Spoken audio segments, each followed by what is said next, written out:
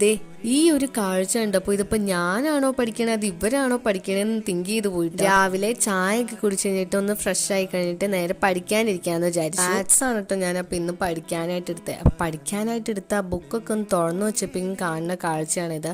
ഓരോരുത്തരായിട്ട് പിന്നെ വന്നു തുടങ്ങി. അവൾക്ക് എന്തോ കിടക്കാനായിട്ട് കൊടുത്ത സ്ഥലമാണെന്ന് വിചാരിച്ചിട്ടാണ് ഇരിക്കണേ.